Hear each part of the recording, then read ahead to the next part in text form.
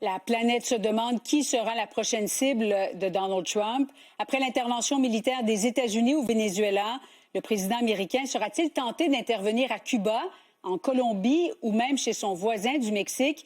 C'est là que nous retrouvons Félix Séguin qui s'y trouve pour une série de reportages. Félix, les visées du président Trump rencontrent actuellement beaucoup d'opposition.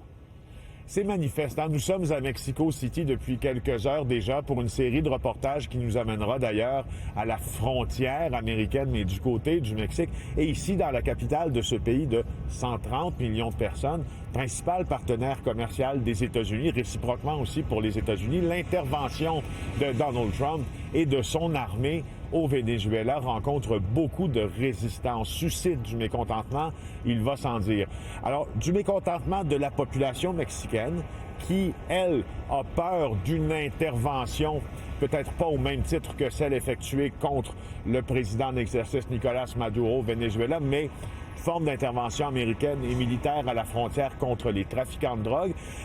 Mais il y a aussi la présidente Claudia Sheinbaum qui, elle, qui célébrait assez récemment là, son premier anniversaire à la tête du pays, a affirmé dans une adresse quotidienne qu'elle était tout à fait contre l'intervention des États-Unis au Venezuela. Elle a dit, et je la cite, « L'Amérique n'appartient à aucune doctrine, ni à aucune puissance. » Alors, elle fait allusion, bien sûr, à la doctrine Monroe ou la doctrine Donroe maintenant, selon le terme récemment popularisé.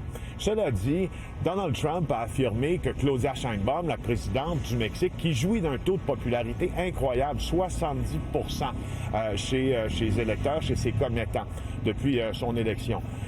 Il a affirmé qu'elle était terrorisée par les cartels. Elle a dit que ce n'était pas le cas, puisqu'elle attribuait là, une baisse du nombre d'homicides directs liés à la guerre des stupéfiants de 37 %.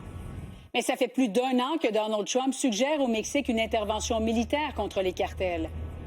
Oui, c'est vrai. Le président américain, depuis les derniers mois, et avec une certaine intensification, a suggéré une intervention militaire pour lutter contre les cartels au Mexique. Vous savez, ça fait un an que cette guerre tous azimuts est déclarée par l'administration de Donald Trump, et il a suggéré de mener des frappes pour tenter d'éradiquer les laboratoires de production de fentanyl, notamment de méthamphétamine et le trafic de stupéfiants en général.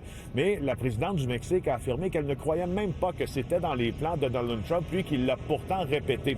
Il faut dire que les États-Unis ont fait en 2024 indirectement au Mexique ce qu'ils ne pouvaient pas faire directement. Ça avait été décrié à l'époque lors de l'arrestation d'un des co-leaders du cartel de Sinaloa, Ismael Zambada Garcia, surnommé El Mayo, qui a été leurré dans un lieu où il a été enlevé, forcé à monter à bord d'un avion qui est allé, lui, atterrir au Texas, donc au nord de la frontière mexicaine, pour être arrêté par la fameuse DEA américaine.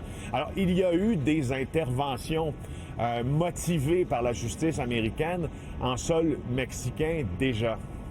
Est-ce que les Mexicains, eux, craignent une intervention des Américains?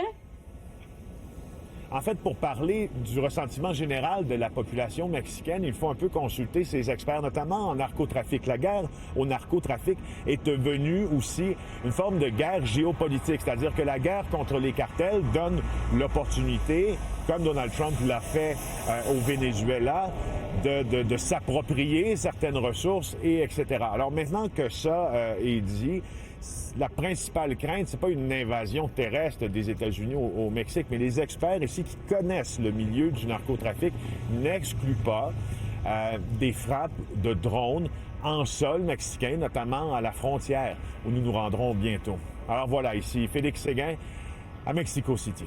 Merci, Félix.